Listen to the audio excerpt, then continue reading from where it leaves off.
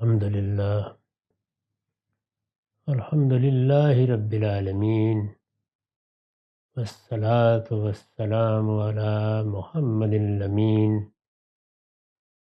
اعوذ باللہ من الشیطان الرجیم بسم اللہ الرحمن الرحیم۔ خواتین و حضرات، ہم سورہ طٰہٰ کی آیت 29 سے درس کی ابتدا کر رہے ہیں۔ سیدنا موسیٰ علیہ السلام کی دعا زیر بحث ہے۔ ان کو جب اللہ تعالیٰ نے ایک بڑی ذمہ داری کے لیے منتخب فرمایا، اس موقع پر جو دعا ان کی زبان پر جاری ہوئی، جو کچھ انہوں نے اللہ تعالیٰ سے مانگا، اس کا ایک ایک حرف آب زر سے لکھنے کے قابل ہے۔ اس دعا کا پہلا حصہ زیر بحث آ چکا ہے، جس میں انہوں نے شرح صدر کی دعا کی، یہ دعا کی کہ ان کا کام ان کے لیے آسان ہو جائے، یہ دعا کی کہ ان کی زبان کی گرہ سلجھا دی جائے تاکہ لوگ ان کی بات کو جس طرح کہ وہ کہنا چاہتے ہیں سمجھیں۔ اس کے بعد انہوں نے درخواست کی وَاجْعَل لِّی وَزِیرًا مِّنْ أَہْلِی، اور میرے خاندان سے تو میرے لیے ایک وزیر مقرر کر دے۔ یہ درخواست انبیاء علیہم السلام کی تاریخ کی ایک منفرد درخواست ہے۔ اگر آپ غور کریں تو دونوں پہلوؤں سے اس کی بڑی اہمیت ہے۔ بالعموم جو پیغمبروں کے تذکرے قرآن میں بیان ہوئے ہیں، ان میں پیغمبر کسی قوم کی طرف مبعوث کیے جاتے ہیں۔ ان کی ذمہ داری یہ ہوتی ہے کہ وہ پیغام پہنچائیں، قوم کو خبردار کریں، انذار کریں، اور جب ان کی طرف سے ہر لحاظ سے بات واضح کر دی جاتی ہے اور ان کو اپنے اندر دیکھ کر، ان کے ساتھ خدا کی معیت کے ظہور کو دیکھ کر بھی لوگ ایمان نہیں لاتے، تو اللہ تعالیٰ اپنا فیصلہ سنا دیتے ہیں۔ اس سے پہلے قوم کے اندر سے پیغمبر کو نکال لیا جاتا ہے۔ عام طور پر یہی اسلوب ہے، یہی طریقہ ہے، یہی سنت اللہ ہے۔ ان کے معاملے میں ذمہ داری دوہری ہے، یعنی جس قوم کی طرف یہ مبعوث ہوئے ہیں، وہ ایک طرف فرعون اور اس کا جاہ و جلال ہے، اور دوسری جانب ان کی اپنی قوم ہے، یعنی بنی اسرائیل۔ اگر آپ غور کریں تو یہ دوہری ذمہ داری ہے۔ انہیں یہ مشن سونپا گیا ہے کہ وہ فرعون کو اس کی سرکشی پر متنبع کریں، اس کے سامنے اپنی دعوت رکھیں، اسے بتائیں کہ وہ جہانوں کے پروردگار کی طرف سے مبعوث ہوئے ہیں۔ اس سے کچھ مراحل پیش آئیں گے، اس کا ایک رد عمل ہوگا، اس کے کچھ نتائج ہوں گے۔ یہ دعوت اگر کامیاب ہو جاتی تو قبطی قوم کے لیے بھی یہ خدا کے پیغمبر کا پیغام تھا، ان تک بھی پہنچتا۔ دوسرے پہلو سے ان سے یہ کہا گیا کہ بنی اسرائیل کو آپ نے یہاں سے لے کے نکلنا ہے۔ یہ اس سے بھی بڑا معاملہ ہے، یعنی جیسے ہماری مسلمان قوم ہے، اسی طرح وہ ایک مسلمان قوم ہے، انبیاء علیہم السلام کی اولاد ہے۔ وہ یوسف علیہ السلام کے زمانے میں ایک خاندان کے لوگوں کو لے کر یہاں آئے تھے۔ 500 سال کم و بیش بتایا جاتا ہے کہ ان پر گزر چکے تھے۔ اس عرصے میں نہ وہ شان و شوکت رہی، نہ وہ استقبال رہا، بہت سی حکومتیں تبدیل ہو گئیں، ان کو ایک لحاظ سے غلام بنا لیا گیا تھا۔ یعنی اس طرح کی غلامی تو نہیں تھی جیسے اس زمانے میں ہوا کرتی تھی، لیکن محکومی ہے، بیگار میں جس کو چاہے پکڑ لے۔ ایک قوم جو وہاں برتری رکھتی ہے، وہ جس طرح کا سلوک ان سے چاہے کرے، یہ صورتحال تھی۔ اس کا آخری درجہ وہ تھا جس کو قرآن اس طرح بیان کرتا ہے، ان کی لڑکیوں کو تو لونڈیاں بنانے کے لیے وہ جیتا رکھتے تھے، لیکن ان کے لڑکوں کو قتل کر دیتے تھے۔ خود سیدنا موسیٰ علیہ السلام کے ساتھ یہی معاملہ ہوا۔ کسی انصاف کی توقع بنی اسرائیل کو وہاں نہیں رہ گئی تھی، وہ اجنبی سمجھے جا رہے تھے۔ یہ صورتحال ہے، تو اس میں گویا مشن بھی دوہرا ہے۔ فرعون کے پاس جاؤ، وہ محسوس کرتے ہیں کہ میں کوئی زبان آور خطیب نہیں ہوں، میں شاید اس طریقے سے اپنی بات واضح نہ کر سکوں۔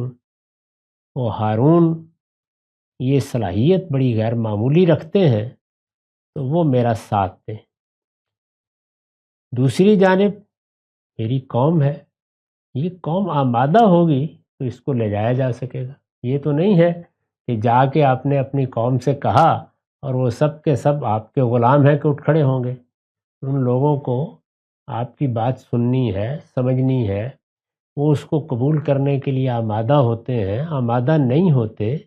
یہ سب مراحل گزرنے ہیں، ان سب مراحل میں کتنی کامیابی ہوتی ہے، کتنی ناکامی ہوتی ہے۔ ایک طرف فرعون سے یہ منوانا ہے کہ وہ بنی اسرائیل کو جانے دے، یعنی یہ تو نہیں ہے کہ آزادی ہے اٹھیں اور چلے جائیں۔ ایک حکومت ہے جس کے وہ تحت رہ رہے ہیں، جہاں ان کو محکوم بنا کے رکھا گیا ہے، وہاں اگر بادشاہ سلامت کی رضامندی نہیں ہوگی تو وہ نہیں نکل سکتے، وہاں ان کے خلاف اقدام کیا جائے گا۔ ایک طرف یہ ہے، اور دوسری طرف وہ ایمان لائیں گے، وہ موسیٰ علیہ السلام کی قیادت کو قبول کریں گے، ان کے اندر کوئی تبدیلی آئے گی، وہ جس صورتحال میں ہے وہ صورتحال بدلنے کے لیے تیار ہوں گے۔ یہ سب چیزیں اگر کامیابی تک لے جائیں گی تو اسی صورت میں یہ ممکن ہوگا کہ بنی اسرائیل کو وہاں سے نکالا جائے اور فلسطین میں لا کے آباد کیا جائے۔ یہ کوئی قوم کو آزادی دلوانے کی جدوجہد نہیں تھی، نا پیغمبر اس کے لیے مبعوث کیے جاتے ہیں۔ بنی اسرائیل کو ایک قوم کی حیثیت سے منتخب کر لیا گیا تھا۔ یہ انتخاب سیدنا ابراہیم علیہ السلام کے زمانے ہی میں ہو گیا تھا، لیکن قوم بننے کا عمل ہے جو مصر میں ہوا، یعنی سیدنا ابراہیم کی ذریت، ادھر اسماعیل ایک فرد، ادھر اسحاق ایک فرد۔ اب ان کی اولاد پیدا ہونی ہے، اس کو ایک قوم کی حیثیت اختیار کرنی ہے، لیکن طے کر لیا گیا تھا کہ یہ دونوں علاقے دنیا کے وسط میں ہیں، انہی کا انتخاب کر کے یہاں توحید کے مرکز بنائے جائیں گے، اور فلسطین میں بنی اسرائیل، جزیرہ نما عرب میں بنی اسماعیل، یہ آباد ہوں گے۔ ان کے اندر ہی نبوت رہے گی، یہ دنیا تک خدا کا پیغام پہنچانے کا ذریعہ بنیں گے۔ دنیا کو یہ موقع دیا جائے گا کہ وہ جہاں تہاں سے آئے اور آ کر دین سیکھ لے، پیغمبروں کو دیکھ لے، ان کی دعوت کا مشاہدہ کر لے، جو قوم پیغمبروں نے تیار کی ہے اس قوم کے احوال کا مطالعہ کر لے۔ اس طریقے سے گویا دعوت کا ایک زندہ مرکز فلسطین میں بنانا مقصود تھا۔ اس مقصد کے لیے ان سے کہا گیا کہ وہ ان کو نکال کے یہاں سے لے جائیں۔ یہ پوری بات سامنے رکھیے، انہوں نے اس لحاظ سے یہ دعا کی ہے، یا یہ مطالبہ کہیے، یا یہ درخواست کہیے اللہ تعالیٰ سے کی ہے کہ وجلی وزیرم من اہلی، یعنی میرے خاندان سے اس ذمہ داری کو ادا کرنے کے لیے میرا ایک دست راست بھی ہونا چاہیے، ایک میرا وزیر بھی ہونا چاہیے۔ اس میں بالکل صاف نظر آ رہا ہے کہ وہ یہ چاہتے ہیں کہ وہ نبوت کے لیے منتخب کیے جائیں، اللہ تعالیٰ ان سے بھی براہ راست معاملہ کرے، ان تک بھی وحی آئے، ان تک بھی پیغام پہنچے، تاکہ اگر میں ادھر کی ذمہ داریاں انجام دے رہا ہوں تو ادھر کے معاملات سنبھالیں، میں ادھر اگر دیکھ رہا ہوں تو ادھر کے معاملات سنبھالیں۔ تو ان سارے پہلوؤں کو پیش نظر رکھ کر یہ بات سمجھ میں آتی ہے کہ یہ مطالبہ انہوں نے کیوں کیا، یا یہ درخواست کیوں پیش کی اللہ تعالیٰ کی بارگاہ میں نے اس پر لکھا ہے، قرآن کے دوسرے مقامات میں تصریح ہے کہ یہ درخواست بھی اصلاً اسی قوت کی تلافی کے لیے کی گئی تھی جس کا ذکر اوپر ہوا ہے۔ یہودی روایات سے معلوم ہوتا ہے کہ ہارون علیہ السلام اپنی قوم میں فصاحت بیان کے لیے بڑی شہرت رکھتے تھے۔ چنانچہ موسیٰ علیہ السلام نے درخواست کی کہ جب میرا بڑا بھائی ان تمام صفات سے متصف ہے جو پیش نظر ذمہ داری کو ادا کرنے میں معاون ہو سکتی ہیں تو اسی کو میرا وزیر بنا دیا، یعنی اس کے اندر وہ صلاحیت بھی ہے۔ جو چیز میں اپنے ہاں کم محسوس کرتا ہوں وہ اللہ تعالیٰ نے اس کو وافر مقدار میں دے رکھی ہوئی ہے، اخلاق و کردار سے بھی وہ کسی سے پیچھے نہیں ہے، تو انہوں نے یہ درخواست اس پس منظر میں کی۔ اس سے واضح ہے کہ اپنے بھائی کو اخلاق و کردار کے لحاظ سے بھی وہ پوری طرح اس منصب کا اہل سمجھتے تھے۔ یہ بات ان پر واضح تھی، اور یہی بات قرآن میں بھی بیان ہوئی ہے کہ پیغمبروں کا انتخاب خیار الناس سے ہوتا ہے، یعنی سیرت، کردار، طبیعت کی عظیمت، چیزوں کا فہم، یہ وہ سب چیزیں ہیں جو دیکھی جائیں گی تو اتنا بڑا منصب دیا جائے گا۔ اس کے علاوہ اللہ تعالیٰ کیا دیکھتے ہیں وہ ہم نہیں جانتے۔ اس میں انہوں نے بتا دیا ہے کہ میں اس منصب کے لیے انتخاب کرتا ہوں، یہ میرا انتخاب ہوتا ہے، اور میں بہت بہتر جانتا ہوں کہ کس کو اس منصب کے لیے کھڑا کرنا ہے۔ تاہم جو چیزیں ہمارے علم میں ہیں ان کی طرف میں نے اشارہ کر دیا۔ تو فرمایا کہ میرے خاندان سے تو میرے لیے ایک وزیر مقرر کر دے، اشدد بہی ازری، ان کا نام بھی انہوں نے لے لیا، ہارون کو جو میرا بھائی ہے، اس کے ذریعے سے تو میری کمر کو مضبوط کر، اور فرمایا واشرکہ فی امری، اور اس کو میری ذمہ داری میں شریک بنا دے۔ یعنی یہ درخواست بھی انہوں نے جیسے ان کا عمومی مزاج ہے اس وضاحت کے ساتھ کی۔ میں نے حاشیہ لکھا ہے، یعنی میں صرف ایک ساتھی نہیں چاہتا بلکہ اپنے ساتھ ایک شریک نبوت چاہتا ہوں، تاکہ اسے بھی میری طرح براہ راست آپ کی رہنمائی اور آپ کی طرف سے عصمت حاصل ہو، اور اس فریضہ نبوت کو وہ بھی اپنے آپ کو مسئول اور ذمہ دار سمجھ کر ادا کرے۔ انہوں نے ایک پیغمبر کو اپنے ساتھ مبعوث کر دینے کی درخواست کی، اور یہ کہا ہے کہ میرا بھائی ہے۔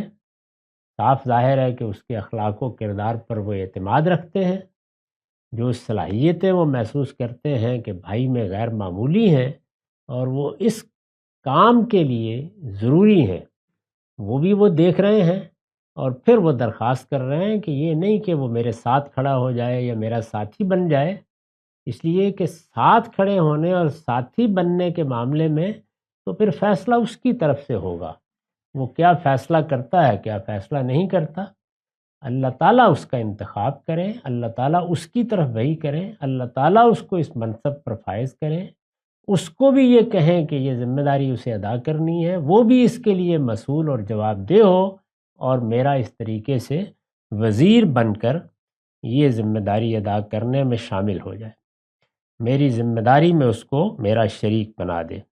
یہ درخواست غیر معمولی تھی۔ میں نے عرض کیا کہ انبیاء علیہ السلام کی جتنی تاریخ ہمیں معلوم ہے اس کے لحاظ سے یہ ایک منفرد درخواست تھی، غیر معمولی درخواست تھی، ایسا پہلے کبھی نہیں ہوا۔ موسیٰ علیہ السلام سے پہلے کسی نبی کے بارے میں معلوم نہیں ہے کہ ایک دوسرا نبی اس کا وزیر بنایا گیا ہو۔ عام طور پر بڑی سرکش قوموں کا ذکر بھی قرآن میں ہوا ہے، ہمیشہ یہی طریقہ اختیار کیا گیا کہ اس قوم کی طرف ایک رسول بھیج دیا گیا، وہ تنہائی آ جاتے ہیں۔ رسالت مآب کے معاملے میں یہی ہوا، اسی طرح بنی اسرائیل کے پیغمبر بھی ہمیشہ تنہائی آئے ہیں۔ سیدنا مسیح کے زمانے میں البتہ متصل پہلے سیدنا یحییٰ آ چکے تھے، لیکن وہاں بھی یہ نہیں ہے کہ دو پیغمبروں کو ایک ہی وقت میں ایک دوسرے کا وزیر بنا دیا گیا یا ایک کو امیر بنا دیا گیا۔ انہوں نے اپنی ذمہ داری ادا کی، وہ ایک طرح سے سیدنا مسیح کا ارہاس تھے، وہ پکڑ لیے گئے، ان کو جیل میں ڈال دیا گیا۔ اس زمانے میں سیدنا مسیح کی بعثت ہوئی ہے، زیادہ سے زیادہ کہا جا سکتا ہے کہ ان کا معاملہ بھی اس سے ملتا جلتا ہوا۔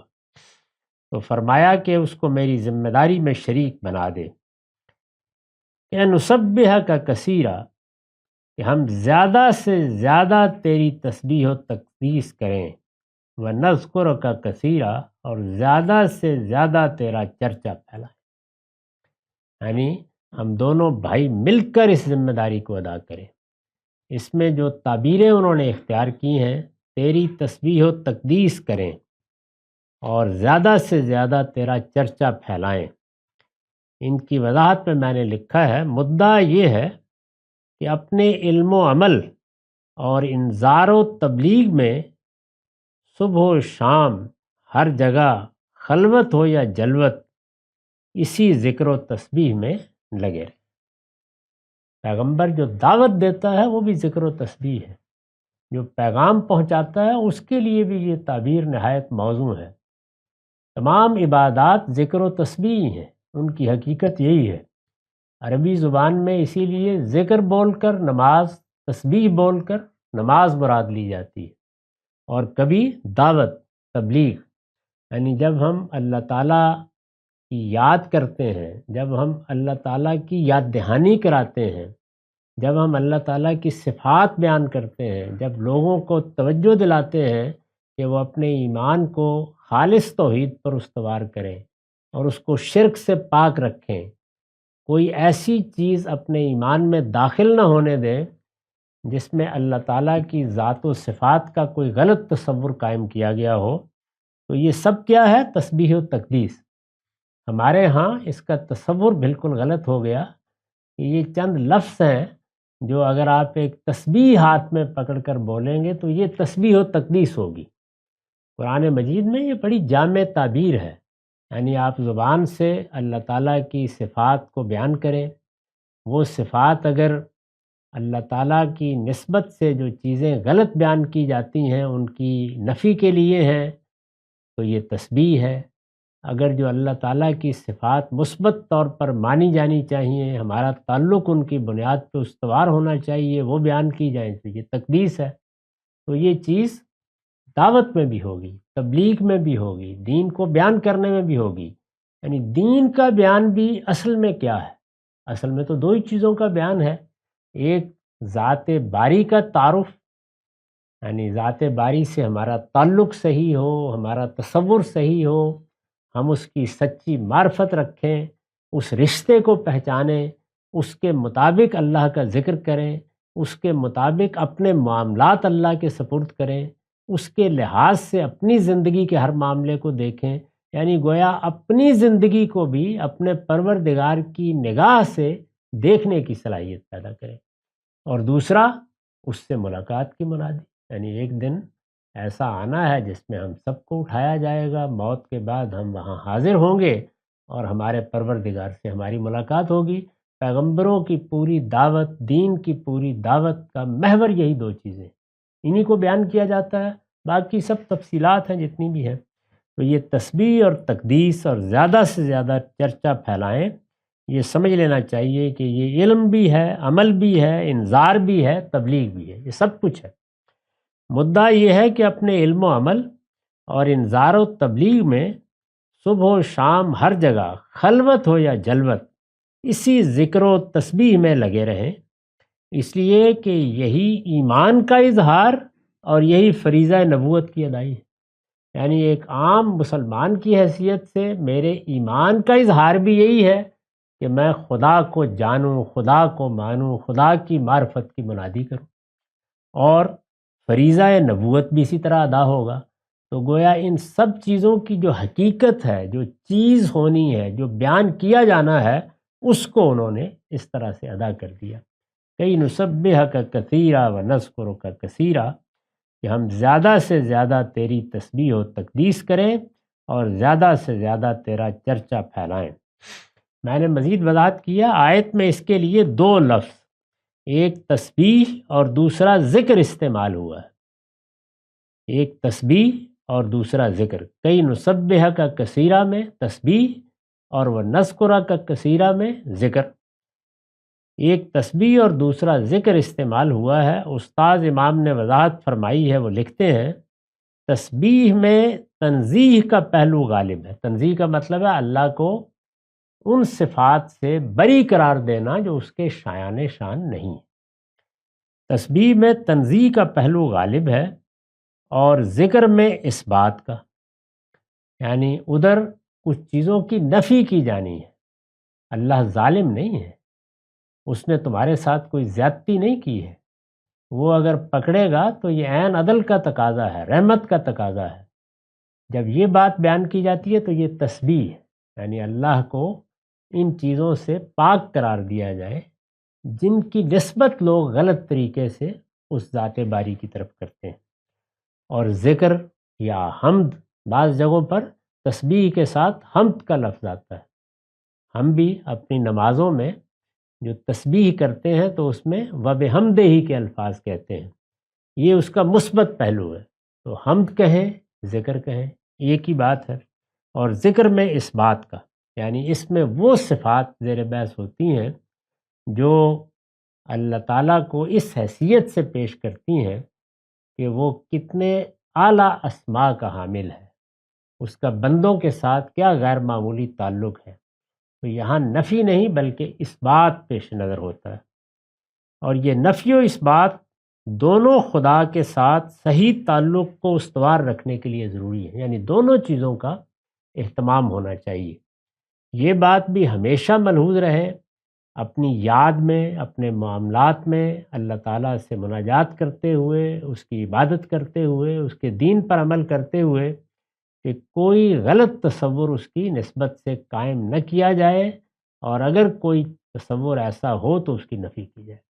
اور دوسرے یہ کہ جو اس کی اعلیٰ صفات، جو صفات اس کے شان ہیں، وہ رحمت ہے، وہ عدل ہے، وہ قدرت ہے، وہ علم ہے، وہ حکمت ہے، ان کا اس کے لیے اس بات کیا جائے، اور لوگوں کو ایک علیم و حکیم حی و قیوم ہستی کے ساتھ وابستہ کرنے کی کوشش کی جائے، صحیح کی جائے۔ جو چیزیں خدا کی شان، اس کی صفات اور اس کی مرضیات و احکام کے منافی ہیں، یعنی وہ اس کے شان کے مطابق نہیں ہے، اس کی صفات کے مطابق نہیں ہے، اس کی رضا ان چیزوں کو حاصل نہیں، اس نے پسند نہیں کیا ان چیزوں کو، اور اس کے احکام سے بھی واضح ہے کہ یہ چیزیں اس کی نسبت سے نہیں بیان ہونی چاہیے، یہ سب اس کے منافی ہیں، ان کی نفی کی جائے، یہ تسبیح ہے۔ اور جو چیزیں اس کی شان، اس کی صفات اور اس کے احکام کے موافق ہیں، ان کا اس بات و اظہار کیا جائے، یہ دوسرا پہلو ہے۔ یہ جو دوسرا پہلو ہے اس کو کبھی ذکر کہا جاتا ہے، کبھی حمد کہا جاتا ہے۔ ان دونوں چیزوں سے مل کر مومن کا عقیدہ اور کردار بنتا ہے، یعنی دونوں چیزیں جب ملتی ہیں تو عقیدہ صحیح ہوتا ہے، اور دونوں ملتی ہیں تو اس عقیدے کے جو سیرت و کردار پر اثرات پڑتے ہیں، وہ اثرات بالکل صحیح نتائج نکالتے ہیں۔ یعنی ایک بندہ مومن کو زندگی میں بے شمار مراحل پیش آتے ہیں، یہ بڑی نازک صورتحال ہے، خاص طور پر اگر آپ دین کی دعوت کو اختیار کر لیں۔ یہ چونکہ رسالت مآب صلی اللہ علیہ وسلم کو سورہ خطاب کر رہی ہے، تو اس میں وہ سارے معاملات زیر بحث آئیں گے جن سے ایک داعی کو، دین کی خدمت کرنے والے کو گزرنا پڑتا ہے۔ یہاں نہ اپنے خوش ہوتے ہیں، نہ بیگانے خوش ہوتے ہیں۔ وہ جو ہمارے شاعر نے کہا ہے نا کہ اپنے بھی خفا مجھ سے ہیں، بیگانے بھی ناخوش، میں زہر ہلاہل کو کبھی کہہ نہ سکا کند۔ یہاں کسی سے مدد کی کوئی اہمیت نہیں ہوتی، اللہ ہی مدد کرتا ہے، اللہ ہی ہاتھ پکڑتا ہے، اللہ ہی دستگیری کرتا ہے۔ نہیں کہا جا سکتا کہ آپ کی ماں آپ کی مخالف بن کے کھڑی ہو جائے گی، آپ کا باپ مخالف بن کے کھڑا ہو جائے گا۔ سیدنا ابراہیم کے معاملے میں دیکھ لیجئے، بیوی مخالف بن کے کھڑی ہو جائے گی۔ کسی سے تعلق کی بنیاد پر یہاں کوئی مدد نہیں مانگی جا سکتی۔ یہاں تو دعوت ہے، پیغام ہے، استدلال سے بات کرنی ہے، اپنی بات آخری درجے میں دین کے حدود میں رکھ کے بیان کرنی ہے۔ یہاں رد عمل کی کوئی گنجائش ہی نہیں ہے۔ یہاں تو آپ کو ظالموں کے لیے بھی ہدایت کی درخواست کرنی ہوتی ہے۔ ہمارے پیغمبر کے بارے میں جب یہ کہا جاتا ہے کہ سلام اس پر کہ جس نے گالیاں کھا کر دعائیں دیں، تو یہ محض ایک مدح کا جملہ نہیں ہے، یہ وہ پوری سیرت اور کردار ہے جس کی داعی سے توقع کی جاتی ہے۔ تو سب لوگ پل پڑتے ہیں۔ قرآن مجید نے اس کی تصویریں کھینچتی ہیں کہ کس طریقے سے یہ مجلسوں میں، یہ مختلف لوگوں کے ہاں عذر تراشتے، الزامات لگاتے اور معلوم نہیں کیا کیا کرتے ہیں، اور اپنے بیگانے سب اس میں یکساں ہو جاتے ہیں۔ اس میں انسان پابرجا رہے، اس میں اس کی زبان سے کوئی ایک کلمہ بھی حدود سے متجاوز نہ نکلے، اس میں بھی وہ اپنے دشمنوں کے لیے بھی دعائیں کرے، جیسے کہ طائف سے نکلتے وقت رسالت مآب نے کی تھی۔ تو یہ اس راہ کے لیے بدرگاہ ہے، اللہ تعالیٰ کی مدد اور تائید اس سے حاصل ہوتی ہے، پھر اس کے بعد اللہ تعالیٰ کی معیت کا ظہور ہوتا ہے۔ یہ کوئی عام رویے کی بات نہیں ہے کہ اگر ساری دنیا بھی آپ سے اختلاف کر رہی ہے، مذہبی طبقہ بھی آپ کے خلاف اٹھ کھڑا ہوا ہے، جدید طبقے میں بھی یہی صورتحال ہے، تو اب آپ کو کیا کرنا ہے؟ کیا آپ ان کی فرد قرار داد جرم لے کے اٹھ کھڑے ہوں گے؟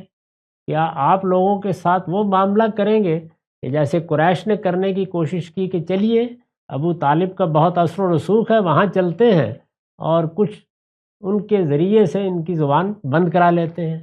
نہیں، وہاں بھی دیکھیے رسول اللہ نے کیا جواب دیا۔ تو یہ سیرت ہے پیغمبروں کی سیرت، اور ہمارے پیغمبر کی سیرت تو بالکل روز روشن کی طرح ہے کہ اس میں کیا کیا مراحل پیش آتے ہیں۔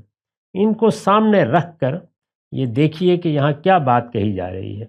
تو فرمایا کہ یہ صورتحال ہے جس میں آپ کو یہ دعوت پیش کرنی ہے، یعنی اللہ تعالیٰ کی صفات کو وہ ماننے کے لیے تیار نہیں، وہاں نفی میں بھی مسائل ہیں، اس بات میں بھی مسائل ہیں، اس کو واضح کرنا ہے اور اس کے ساتھ آپ جائیں گے جب تک، اور نفی اس بات پر مقدم ہے، یعنی ظاہر ہے کہ لا الہ پہلے بتانا ہے، اللہ کے سوا کوئی معبود نہیں، اس کی شرح و وضاحت ہی لوگوں کے لیے زیادہ مسئلہ بنتی ہے۔ اس بات کے معاملات پھر بھی گوارا ہو جاتے ہیں، لیکن جب آپ نفی کرتے ہیں کہ یہ بھی صحیح نہیں ہے، وہ بھی صحیح نہیں ہے، تو اس کو ٹھنڈے پیٹوں برداشت نہیں کیا جاتا، اس کا شدید رد عمل خاص طور پر مذہبی طبقات کی طرف سے ہوتا ہے۔ جب تک آپ ما سوی اللہ سے بغاوت کا اعلان نہیں کرتے، اس وقت تک آپ اللہ کے وفادار نہیں ہو سکتے، الا اللہ سے پہلے لا الہ کا اعلان ضروری ہے۔ تو یہ دونوں پہلو ہیں جس کو انہوں نے ان دو لفظوں سے ادا کیا ہے کہ نسبح کا کثیرا و نذکر کا کثیرا، کہ ہم زیادہ سے زیادہ تیری تسبیح و تقدیس کریں اور زیادہ سے زیادہ تیرا چرچا پھیلائیں۔ یہ درخواست کی انہوں نے۔ فرمایا انک کنت بنا بصیرا، بے شک تو برابر ہمارے حال پر نگران رہا ہے، یعنی اس سے پہلے بھی تیری ہی نگرانی میں رہے، اب بھی تیری ہی نگرانی میں ہے، اور جب تیری یہ شفقت، تیری یہ محبت، تیری یہ رحمت ہمارے شامل حال رہی ہے، تو اب بھی اسی کی درخواست کر رہے ہیں۔ اس کی وضاحت میں نے لکھا ہے، یہ موسیٰ علیہ السلام نے اپنی دعا کے حق میں خود اپنے پروردگار ہی کے فضل و کرم کو سفارش میں پیش کر دیا۔ قرآن مجید نے ہمیں یہ تعلیم دی ہے کہ خدا کی بارگاہ میں سفارش کے لیے کیا پیش کیا جاتا ہے، اس میں لوگ نہیں پیش کیے جاتے، اس میں نماز وسیلہ بنتی ہے، ذکر وسیلہ بنتا ہے، اللہ تعالیٰ کی عنایتیں وسیلہ بنتی ہیں، اس کا کرم وسیلہ بنتا ہے، اس کی صفات کا استحضار وسیلہ بنتا ہے۔ تو یہ وسائل ہیں جو قرآن نے بتایا ہے کہ خدا کی بارگاہ میں جا کے پیش کرنے چاہیے۔ تو انہوں نے اپنے پروردگار کی جو رحمتیں ان پر رہی ہیں، ان کی حالت پر جو اس کی نگرانی رہی ہے، اس کو سفارش میں پیش کیا ہے کہ تیرا ہمیشہ سے ہمارے ساتھ یہی معاملہ رہا۔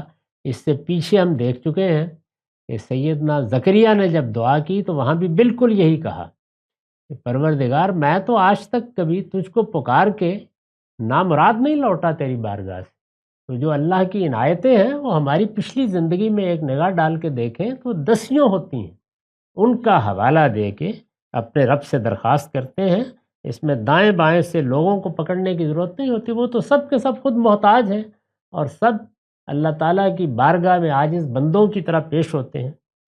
مطلب یہ ہے کہ تیری شفقت بن مانگے ہم دونوں کو حاصل رہی ہے، اور تو برابر ہمارے حال پر نگران رہا ہے، پھر تیری عنایتوں سے اب کس طرح محروم ہو سکتے ہیں کہ جب ہم تیری ہی دعوت لے کر اٹھیں۔ تو یہ ہے مطلب اس کا کہ اب تو ذمہ داری بھی آپ نے دے دی اور اس مشن پر بھی آپ نے مبعوث کر دیا ہے، آپ کا کام لے کے اب اٹھے ہیں۔ لہٰذا اب تو ہم یہ درخواست کرنے کا حق رکھتے ہیں کہ جب ہم عاجز بندوں پر اس سے پہلے آپ کی اتنی کرم نوازیاں رہی ہیں تو اب کیوں محروم رہیں گے؟ اور دیکھیے یہ دعا ہے، یہ کس طرح ان کی زبان سے نکلی ہے، کیا کچھ انہوں نے مانگ لیا ہے، اور جس طرح قرآن نے اس کو بیان کیا ہے جواب میں، قال قد اوتیت سؤلک یا موسیٰ، فرمایا تمہاری درخواست منظور ہوئی ہے موسیٰ، یعنی ایک ایک چیز گویا اللہ تعالیٰ نے فوراً قبول فرما لی۔ حیران کن طریقے سے اس شان کریمی کے ساتھ اس کو منظور فرمایا ہے۔ اس کے بعد پہلوؤں کی ہم مزید وضاحت کریں گے، ہمارا وقت ختم ہو گیا۔ اقول قولی ھذا واستغفر اللہ لی ولکم ولسائر